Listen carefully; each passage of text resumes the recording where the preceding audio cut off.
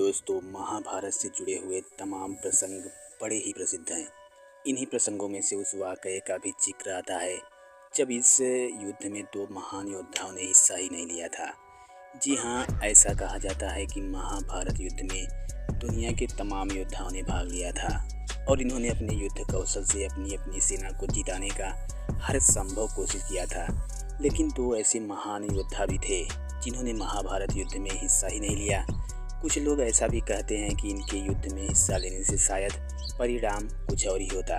क्या आप इन 2 योद्धाओं के बारे में जानते हैं? यदि नहीं तो हम आपको इस वीडियो में बताने जा रहे हैं। महाभारत युद्ध में जिन 2 महान योद्धाओं ने भाग नहीं लिया था उनके नाम हैं बलराम और भोजकट की राजा रुक्मी। कहते हैं कि बलराम ने महाभारत युद्ध में हिस्सा न लेने से पहले श्री कृष्ण से इस बारे में बात की थी। बलराम का कहना था कि दुर्योधन और अर्जुन दोनों ही उनके मित्र हैं। ऐसे में किसी एक के पक्ष में युद्ध में हिस्सा लेना मुश्किल हो जाएगा। कहते हैं कि यह बलराम के लिए धर्म संकट की घड़ी थी। कृष्ण ने बलराम को बहुत समझाया था कि धर्म संकट की घड़ी हर इंसान के जीवन में आती है। ऐसा उल्लेख मिलता है कि महाभारत युद्ध शुरू होने से पहले बलराम पांडवों के पास भी गए थे।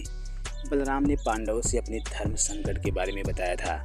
बलराम का मानना था कि उनका युद्ध में हिस्सा नहीं लेना ही उचित होगा और युद्ध के दौरान वह तीर्थ यात्रा पर चले जाएंगे।